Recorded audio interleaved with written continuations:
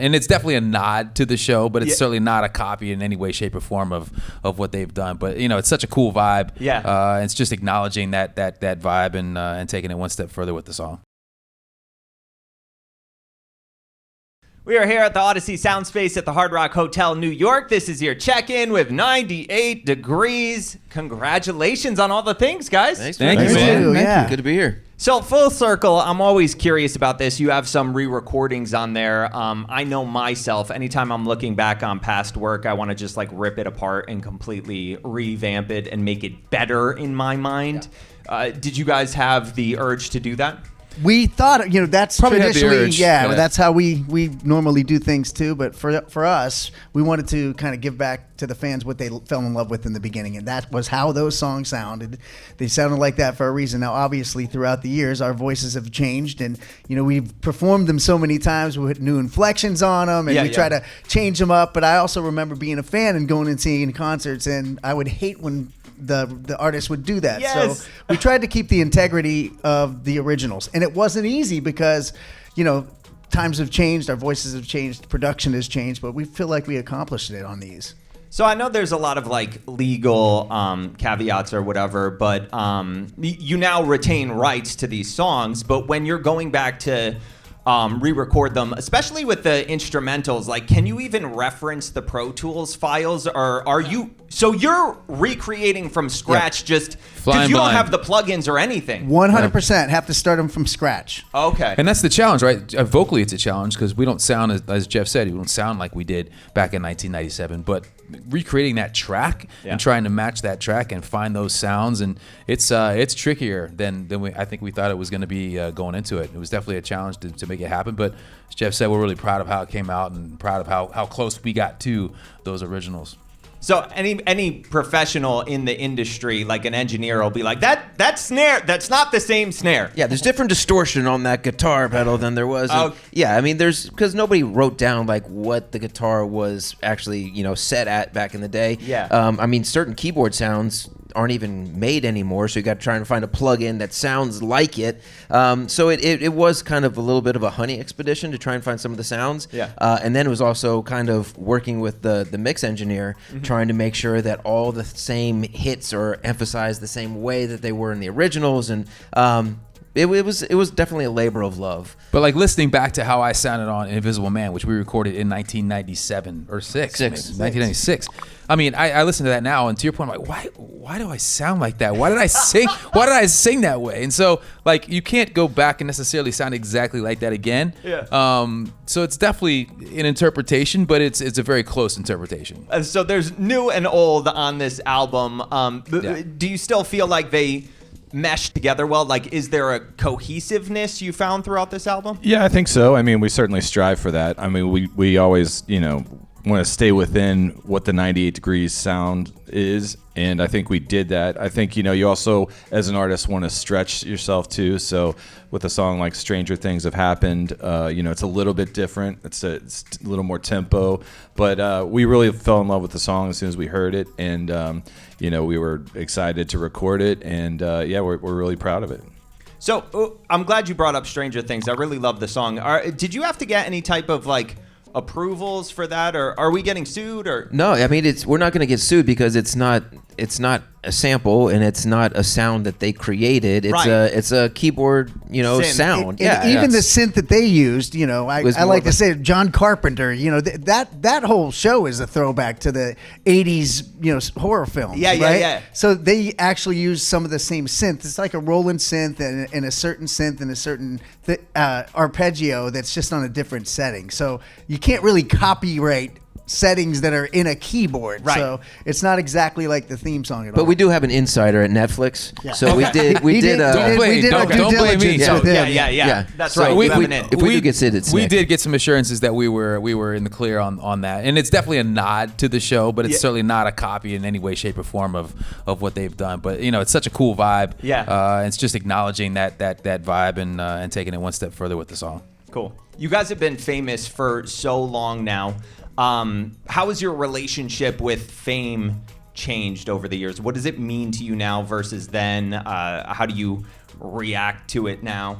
I think, for at least me personally, the relationship isn't with Fame necessarily. It's with the fans. Fame. I'm not a big fan of Fame, but I am very appreciative of the fans that have given us all these wonderful moments and all these wonderful experiences that we've been able to accomplish. So I think it's kind of a love-hate relationship with at least for me personally, with fame and notoriety and things like that. But I think we understand that there's pros and cons to every situation. Sure. And you just try and maximize the pros and minimize the cons. It's such a not normal thing. Like, have you found your normal within it, you feel like, though? I think that we were blessed to come up in a time when there wasn't nearly as much access to acts as there is now. I don't envy the Justin Biebers of the world and the One Directions of the world and guys who came up in this social media landscape, because when we came up, we didn't have any of that. I think it would have changed our experience dramatically. So I think we're all grateful for the fact that we came up in a different time. Yeah. It's changed the way that everyone approaches this business. I think in the end, whatever fame we've gained through the years, as long as it's based on what we do and what we love, which is the music, then that's something that we're very proud of.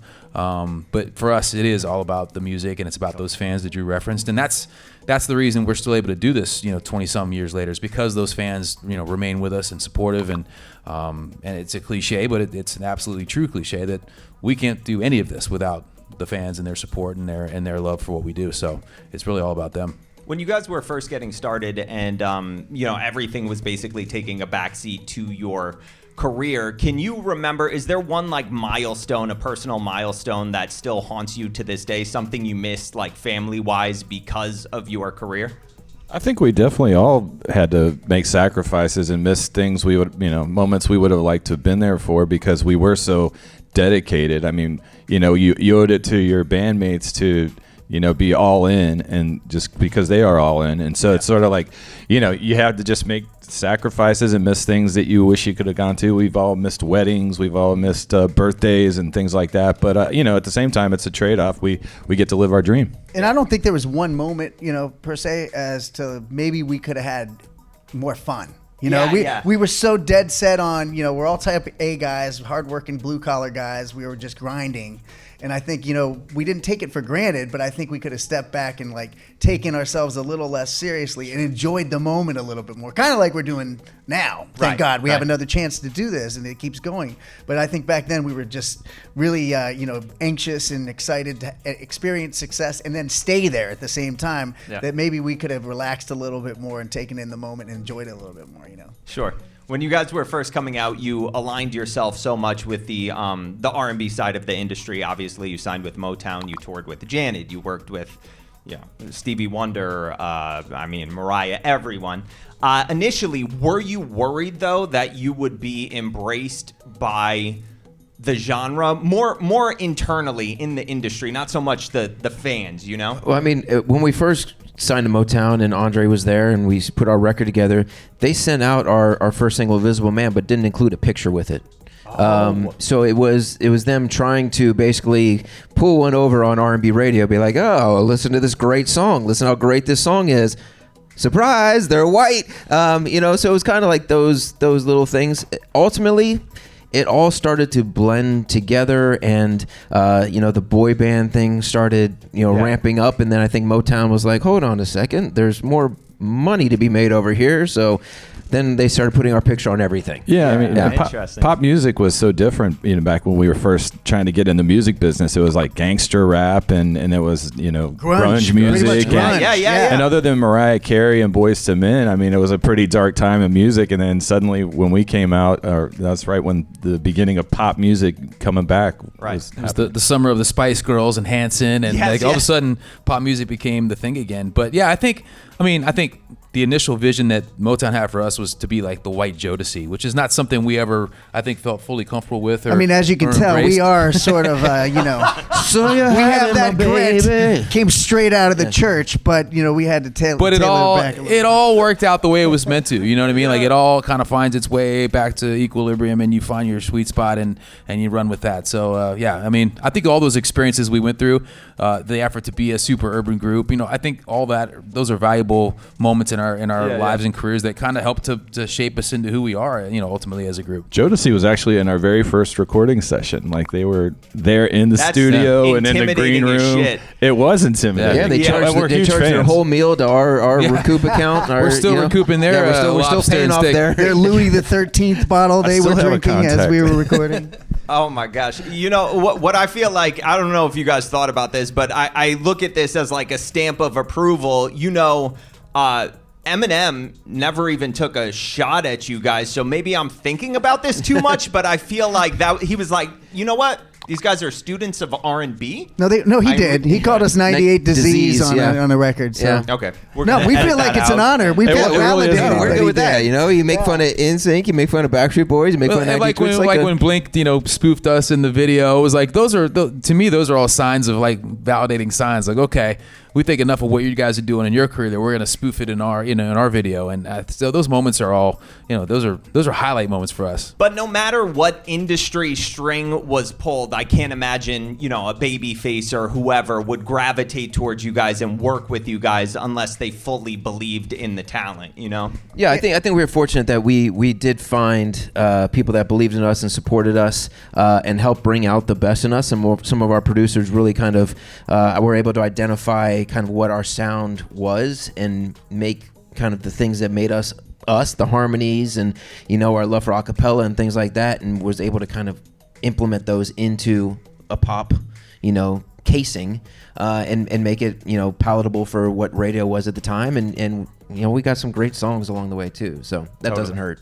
Awesome. And I feel like this new album, before we wrap, has something for everyone, even if a child has never heard of 98 Degrees, some of the songs on there definitely cater to them, and of course your if a child's never heard of 98 Degrees, shame on their parents. I say that all the time. That's the child parents abuse. are failing you. We are that's a disappointing situation. Well, there is a bit of a handoff happening though. We see it in concerts where moms will come with their 8, 9, 10-year-old daughters, and the daughters know every word, every song, and you can tell that there's a baton kind of being passed, which is very cool. Like to be able to sing and perform for that next generation of fans is an awesome thing we get to see. Or initially the mom's dragging along the kid like, come on, you're coming, and by the end they're like, I love them. It's been interesting to see that the younger fans are excited about it, and we're seeing it more with like millennials and Gen Zs as well. Yeah. I think that they're trying, Spotify and all the streamers are cool, but people are trying to get more involved with music. Hence, we put out some physical CDs and albums because younger generations are exploring their parents' music and